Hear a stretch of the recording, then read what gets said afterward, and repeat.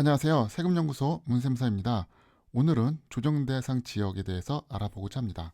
조정대상 지역은 주택법을 근거로 해서 주택 투기 수요를 억제하기 위한 규제 장치의 하나입니다. 조정대상 지역이 되는 기준은 다음과 같습니다. 우선 관련 법령은 주택법이고요. 지정 기준은 정량적 요건과 정성적 요건을 충족을 해야 됩니다. 정량적 요건은 3개월간 주택 가격 상승률이 기준 금액의 초과한 금액을 해당되는 지역으로서 다음 1, 2, 3번에 해당되는 지역입니다. 정성적인 요건은 주택 가격이라든지 아니면 청약 경쟁률 그리고 분양권 전매량 등을 고려해서 결정을 합니다. 지정 절차는요, 국토부 장관이 심의위원회를 거쳐서 지정하게 됩니다. 그럼 조정 대상 지역으로 편입된다면 어떠한 규제를 받게 되느냐? 이것이 궁금합니다. 우선 첫 번째로는요, 대출 요건이 까다로워집니다. 특히 다주택자들의 경우 더욱 체감 효과가 큽니다.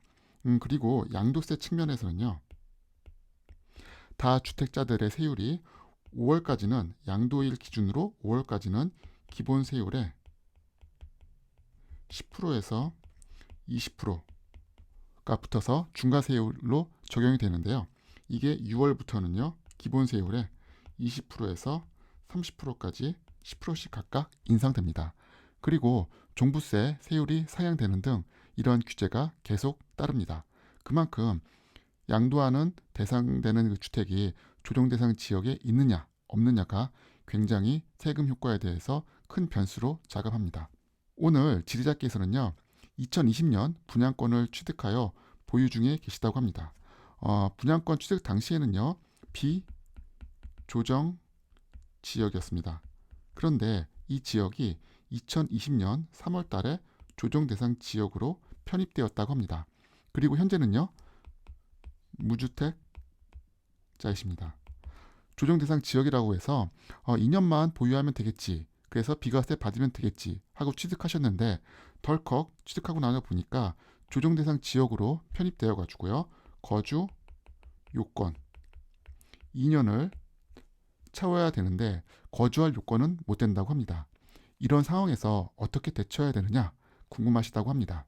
자, 지리자께서 말씀하신 대로 이 양도하는 시점에 이 주택이 조정 대상 지역에 있는 경우 당연히 보유 2년 그리고 보유 기간 내 거주 2년의 요건이 필요합니다. 그런데 예외되는 경우로서 이러한 경우에 있을 때는요, 거주 기간은 따지지 않습니다. 즉 보유 기간만 따집니다. 그러면 어떠한 경우인지 같이 보도록 하겠습니다. 일단 거주자가 조정 대상 지역에 공고가 있는 날 이전에 매매 계약을 체결해야 되고, 그리고 계약금을 지급한 사실이 증명돼야 됩니다. 또한 이 거주자가 계약금을 지급한 날 현재 주택을 보유하고 있지 않은 무주택자여야 합니다. 다시 한번 말씀드리면요, 일단 조정 대상 지역 공고가 있는 날, 이날이죠. 예제에서 보면요, 이날 이전에 분양 계약을 체결하고 매매 계약금을 제출하고, 그리고 무주택자이다. 이런 경우에는요, 보유 기간만 따지고 거주 기간은 따지지 않는다는 규정이 있습니다. 그래서 이런 것들을 종합해 봤을 때 지리잡기에서는요, 거주 기간을 고려하지 않아도 될 듯합니다. 그런데 이 주택이 된 상태에서 양도가가 만약에 9억 원을 초과한다. 그러면요, 고가주택에 해당됩니다. 따라서 이 고가주택에 해당되기 때문에 9억 원 초과분은요, 당연히 일반 세율이 적용되어서 과세가 됩니다. 완전 과세가 안 될 경우의 수가 존재한다, 이 말씀입니다. 2년만 보유하시고 양도하시면 장기 보유 특별 공제도 받으실 수 없습니다. 장기 보유 특별 공제는요, 3년부터 적용이 되기 때문입니다. 따라서 1주택이고 비과세 요건을 갖췄다 하더라도 9억 원이 초과되는 경우에는요, 과세 문제가 발생할 수 있으므로 이 점 유의하시면 되겠습니다.